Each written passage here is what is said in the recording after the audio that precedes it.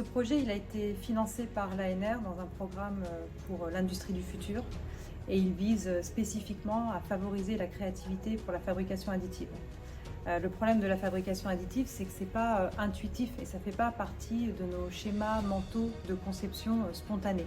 Donc on a besoin de sensibiliser les concepteurs à ce nouveau procédé de fabrication et à toutes ces opportunités.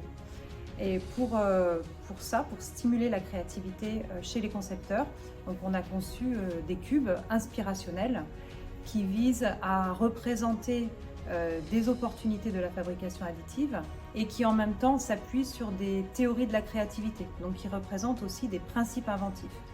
Donc ce qu'on a breveté dans le cadre de ce projet, c'est un kit de 14 cubes qui représentent donc 14 opportunités différentes de la fabrication additive ainsi que des principes inventifs.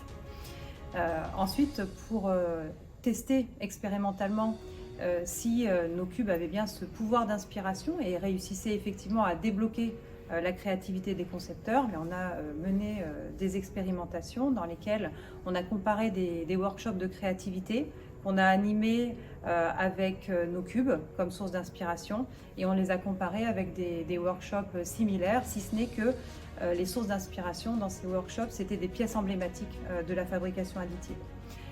Nous, l'avantage de nos cubes, c'est qu'ils sont un peu plus abstraits. Ils ne représentent pas une pièce spécifique, un secteur spécifique ou un système spécifique. Ils sont applicables potentiellement à tout type de cas d'études et à tous les secteurs applicatifs.